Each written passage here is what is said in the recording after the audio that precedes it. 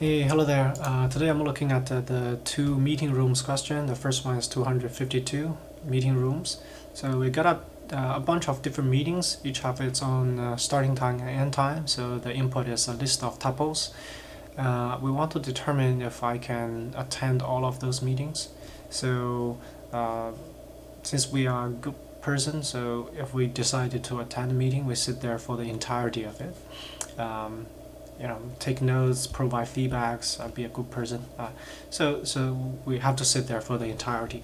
So if there are two meetings that are overlapping with each other, maybe even slightly overlapping in terms of the time, we wouldn't be able to go to both of those meetings. So we have to give up one. So then this question basically translates to detect if there are overlaps. So obviously the brute force solution is to check all the pairs of events, meetings, and see if there are overlap. But that's not how normal human being would do. If we are in that kind of situation, what we would do is to pull up the calendar app and just scan the meetings from based on the time order. What I have in the morning, what I have in the afternoon, what I have in the tomorrow. The reason for that is the tomorrow's meeting is never going to be able to have any sort of conflict with the meetings I have today, unless I'm having oversee multinational meetings, so I have to sacrifice my nighttime. Otherwise, I would just sort my meetings in the time order and to see if there are conflicts in the adjacent to meetings. So that's pretty much how we're gonna solve this. We're gonna sort the meeting based on their starting time, and then do a second pass to check the adjacent two meetings to see if the second meeting starts before the first meeting has ended.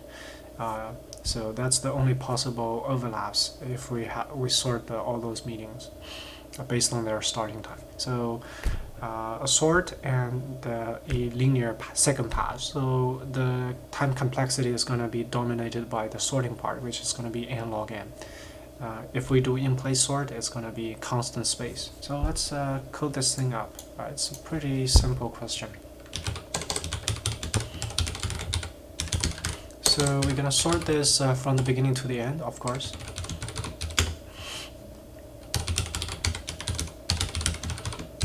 And the comparator is that for two meetings,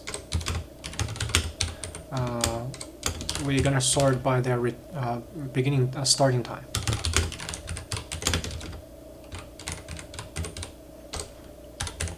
So that's the sorting part. Then we check the adjacent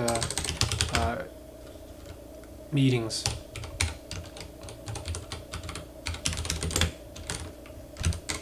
So if the current meeting we're looking at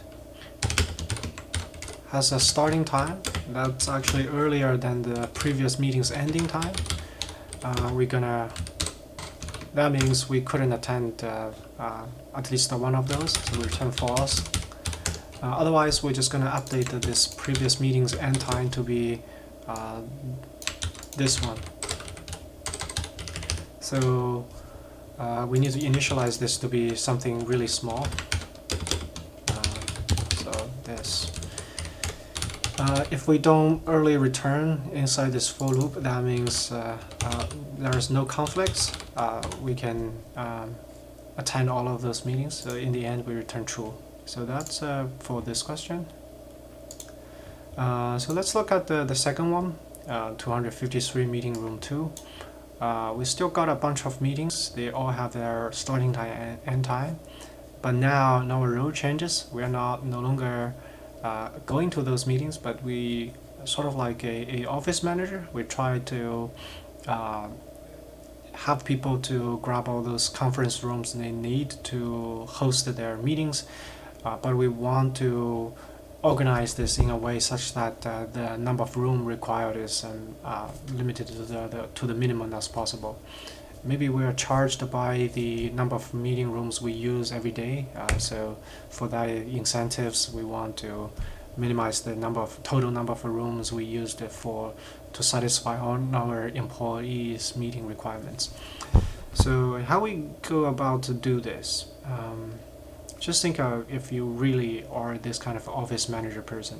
People come to you and they say, "I'm about to have a meeting start effectively immediately, and it will end in 1 hour. Would you do? What would you do?" You would go about and see there are kind of empty rooms that's available, and just have the person to occupy that room. So this actually leads to the reasonable solution. We as the office manager, we're just gonna at any time there is a new request for duration to use the meeting room immediately. All we're gonna do is just to check, do we have any kind of available room? If we do have one, we just let the person to occupy that, and we note down when the room is going to be available again, so that we can use it for some other teams, some other meetings. And if there are no room that's available, we're gonna grab a key and open up a new one to this person. So basically we gotta have a ledger, or in our mind we keep track of the current number of rooms that we opened and allow the employees to use for meetings. And when there are new requests that come in, we try to check if there are any kind of available room, and if there are, we're just gonna have the employee to occupy that room. So the minimum number of conference room is just the number of rooms number of keys that we grab to open the locks to allow people to use it. So to be able to efficiently find out which room is available is the part that's going to be crucial to this problem, because if we do linear scan to check the ledger, which meeting starts at what time, which meeting ends at what time, and use that to figure out, can I have the guy to go to that meeting room?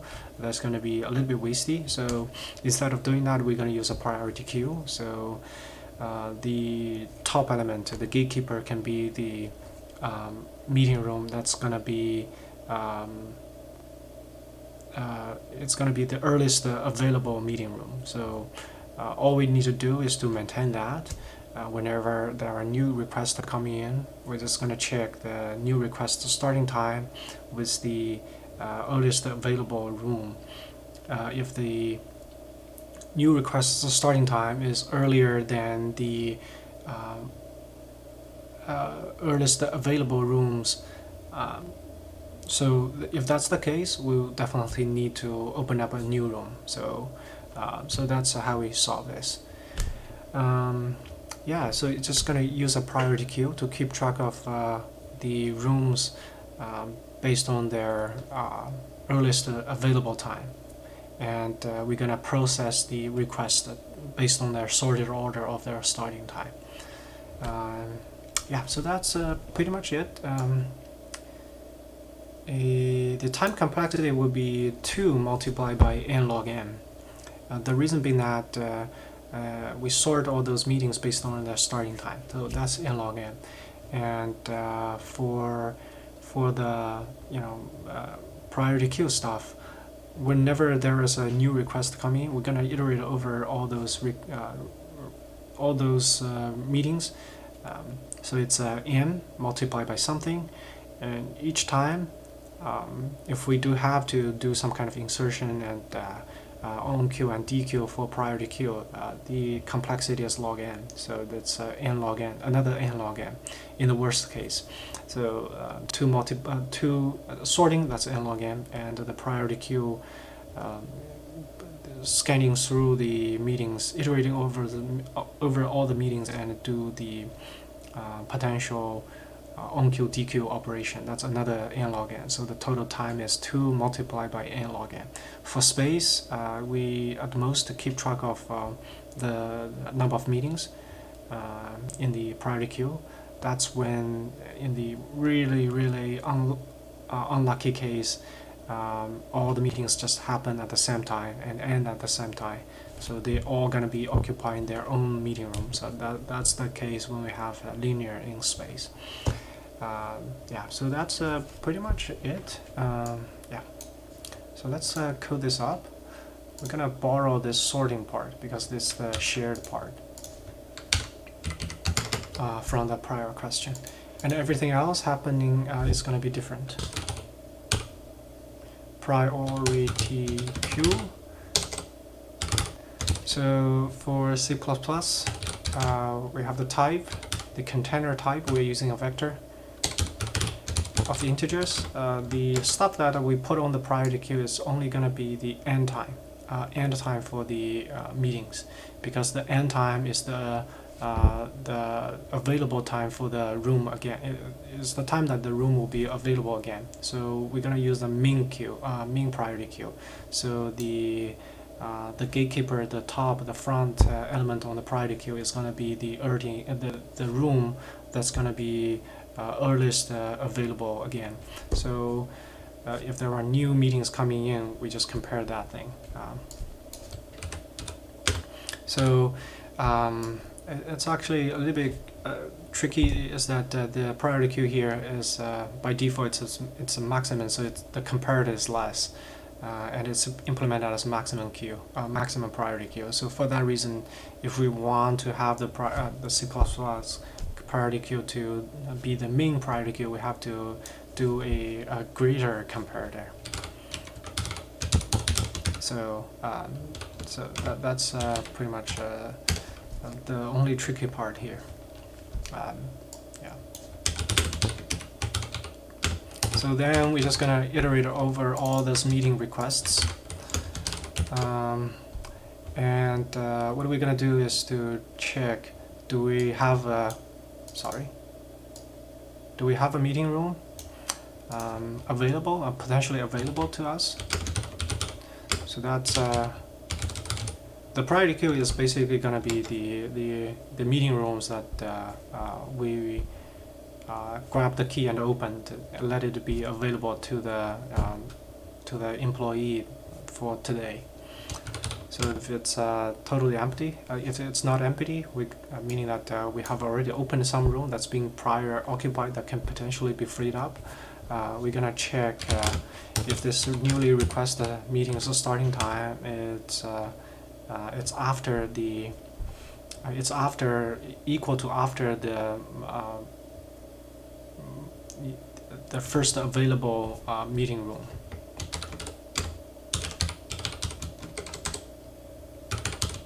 So if that's the case, we can free up that room and use that room for this meeting.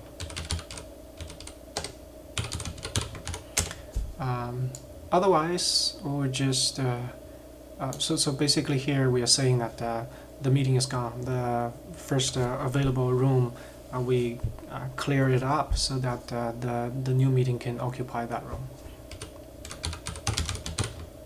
So for that, we push the end time to that room. If we don't trigger this, that means we either have no. That pretty much means that we don't have available room. So we have to open up a new room. So the priority queue size will grow one larger. In the end, we will just return the size of the priority queue.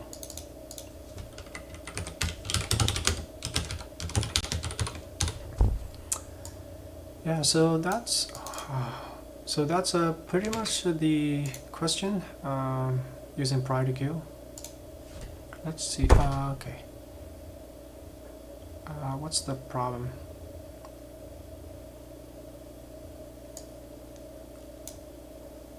Oh, okay. It should be this. All